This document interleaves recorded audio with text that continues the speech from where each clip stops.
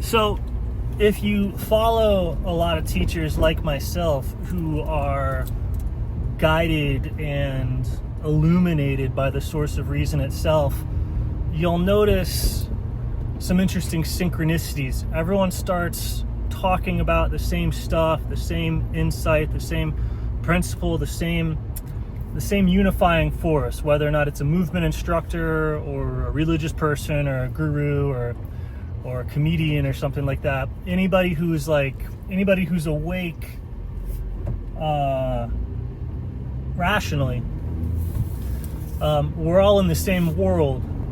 And so in that world there are things, and those things would be called angels, principalities, cherubim, just shit's flying around out there.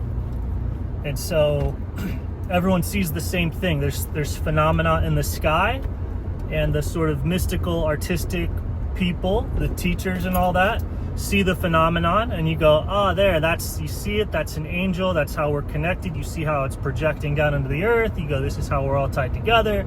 This is how all this stuff works. Here's how it applies to exercise science. Here's how it applies to comedy, culture, race, politics. And you'll find that everybody is seeing the same thing. It's filtered through a slightly different lens, but everyone's seeing the same thing. There's nobody that's ahead, so to speak, and the people that are ahead are not really I don't think there's any way to make it relatable.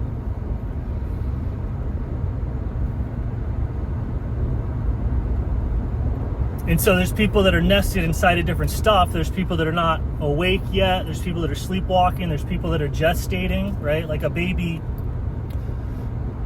kind of exists in the world of light and in the world of image and in the world of space, but not really. The mom sees for them, right? Like when the baby is gestating, the mother sees for the child. So there's many people who are being born of culture, and the culture sees for them. So they don't see this world directly, but they see it through the lens and the metaphor of their culture. But even then, you'll see that the cultural teaching is analogous to or related to or of the same world as the world that you see with your own two eyes, right? The world that you see through tradition is the world that you see through your own two eyes. And so people go, oh, tradition is true. Because eventually you go, this tradition is false. This tradition is false. It's not true vision. Like the vision that you get through your mother's eyes as a baby is not true vision. Especially when it's time to be born. It's not true vision, right? The true vision comes from your own eyes. So the other vision is seen to be false. The other vision is seen to be illusory.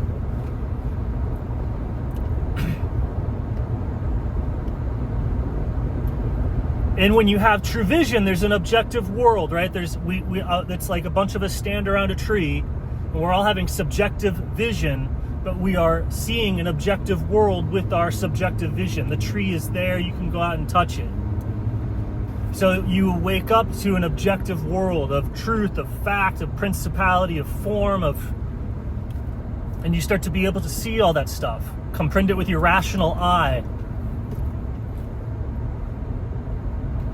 Right? And so the same stuff happens in the sky. It's like the moon phases are all the same. Everybody that has the rational eye awake is seeing the same world. That's why all the teachers speak in one. All the teachers speak in unison.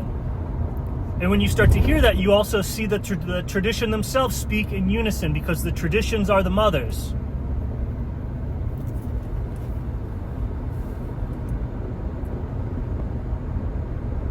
The tradition, the matter, is the mother, and the mother is seeing the world just as much as you are.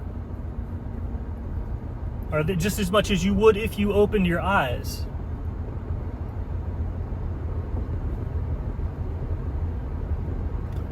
And so the thing with Christ, right, the light, the truth, the reason, everything, right, is like it's like a sunrise, sunset, right? So when the sun goes down, nobody can see anything. When the sun's down, nobody can see anything. At the dawning of dawn, you start to be able to see things. So everyone starts to be able to be rational again. Nobody's like figuring things out. People are at the stage of development where they can see rationally or not. And if the sun's out, then you see. And when the sun is not out, you can't see. And there's faculties higher than rationality in a certain sense, just like there's faculties higher than vision. Like when it's dark, you can still somehow navigate the world. Just because it's dark doesn't mean the world is not there. If you can't feel, the world is not there. Right? And so feeling never breaks itself up into form or object or whatever. That's the water. That's the world. The world is that water, is that feeling. And that doesn't go, your feeling doesn't depend on light or dark. Right? Like light or dark is something that happens on the surface of feeling. If the surface is calm, the feeling is still there. But if the feeling is gone, the light's gone.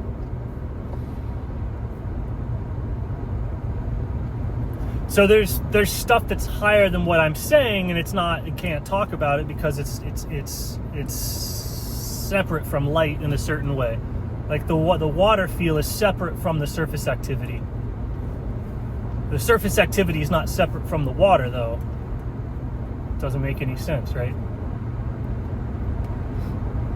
So as Christ returns, as these ages, Christ, the center point, as that goes and comes like the sun, you get a day-night cycle, and a night cycle is when there's no rationality. No rationality, strangely enough, is the dawning of like the Enlightenment and the materialism and all this other stuff that's like big delusion, right? Just obviously not true with even a little bit of consciousness, with even a little bit of sunlight. The stories that children tell in the pitch black dark are seen to be not true at all. Right? That's like that's how it's materialism.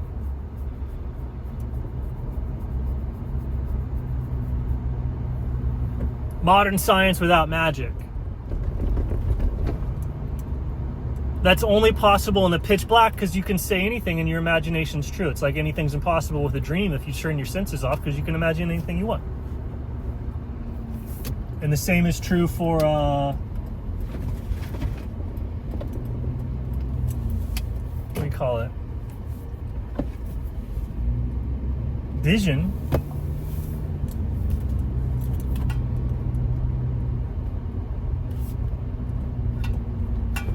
But everyone's seeing the same thing, and then if you open your eyes, you go, oh, I'm seeing the same thing too.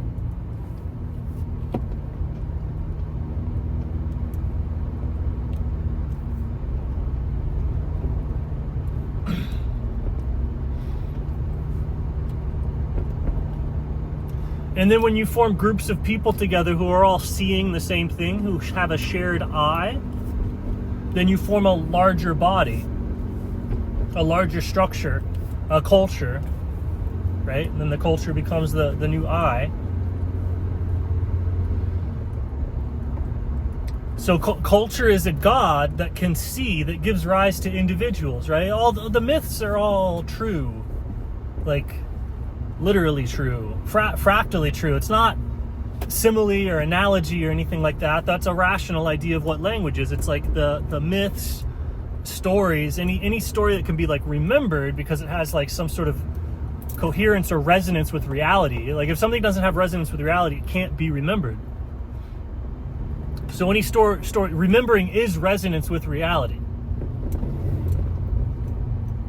So any story that can be remembered is true in that it resonates with reality. And then reality isn't one thing or another. It's things nested inside things, nested inside things. The thing that you would compare something to is not over there. You're comparing it to something in itself, or something that it is in itself. So the comparison is fractal. It's not lateral. There's no lateral language is a lie. The lateral language lie. Fractal is factual.